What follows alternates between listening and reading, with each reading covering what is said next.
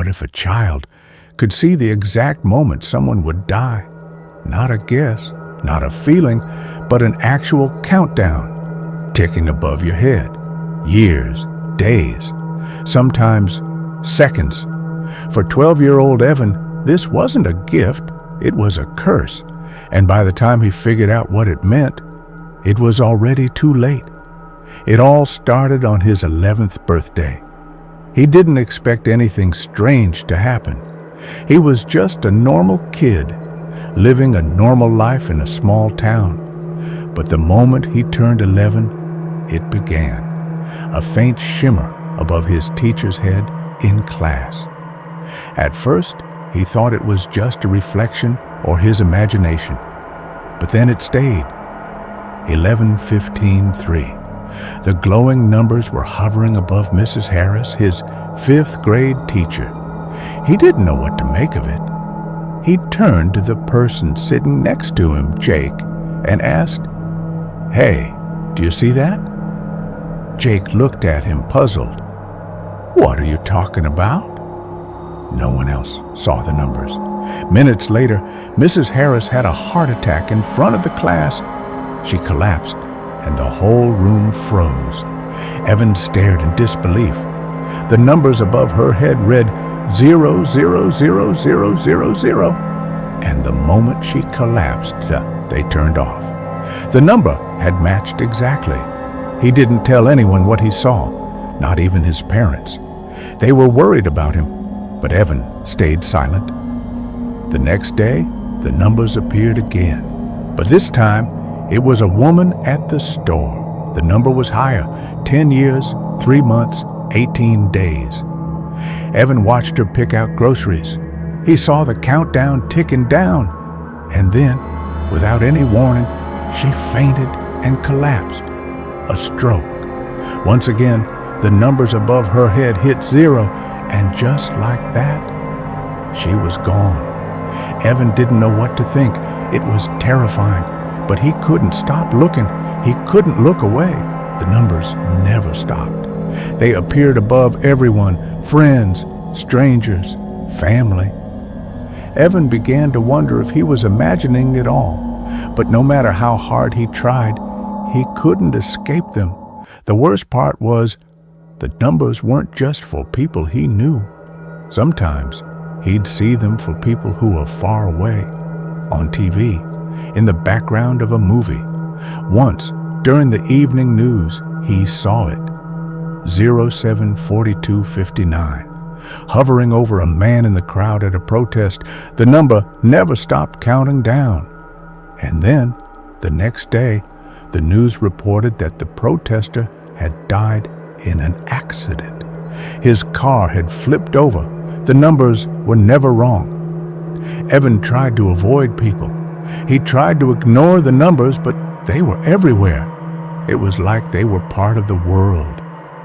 It wasn't long before his own family began to notice his strange behavior. He was distant, lost in thought, always staring at people. His mom asked, "Evan, what's wrong? You're scaring us." Evan didn't answer. How could he explain something like this?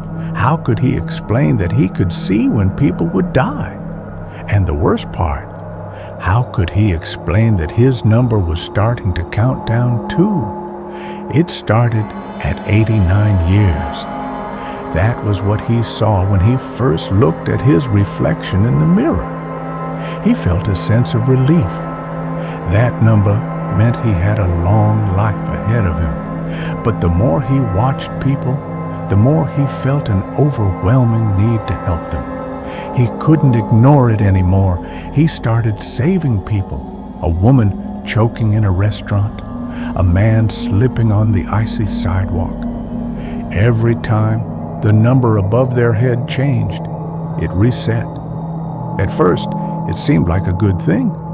Evan was saving lives, changing fates. The numbers would increase, and people would live longer. But there was a catch. The more Evan saved, the more his number dropped. The first time it happened was when he saved a dog from being hit by a car. The dog's owner, a middle-aged man, had a number above his head, 56 years.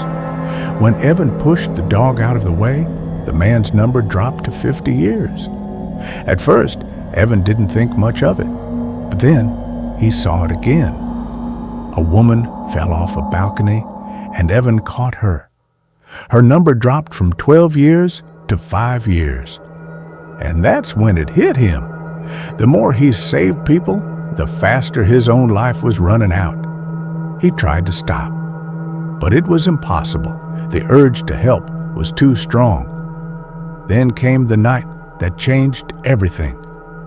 Evan was walking home when he saw a figure in the park, a man, dressed in black, his face pale. There was no number above his head, nothing. Evan approached cautiously. "Do you know who I am?" the man asked, his voice cold and empty. Evan froze. "Who are you?" The man didn't answer.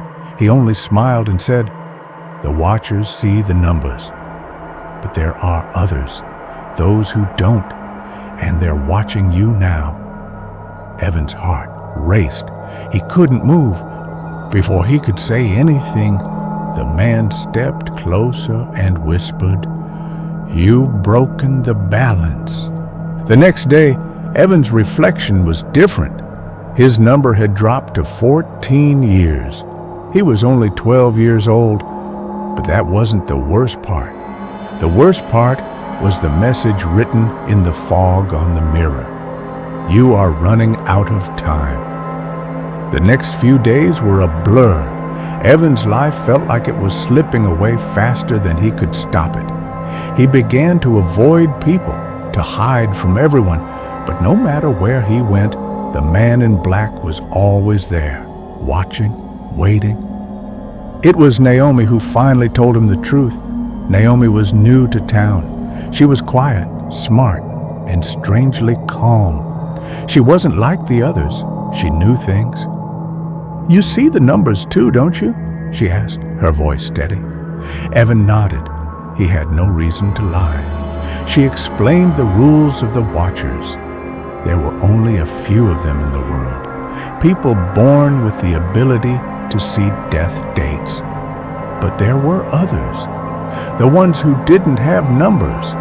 They were dangerous. They didn't follow the rules. The rules, Naomi said, were simple. Never change more than 5 fates in a month. Never look at your own number too long. Never stare at someone with no number. Evan had already broken the first rule, and that's when everything changed.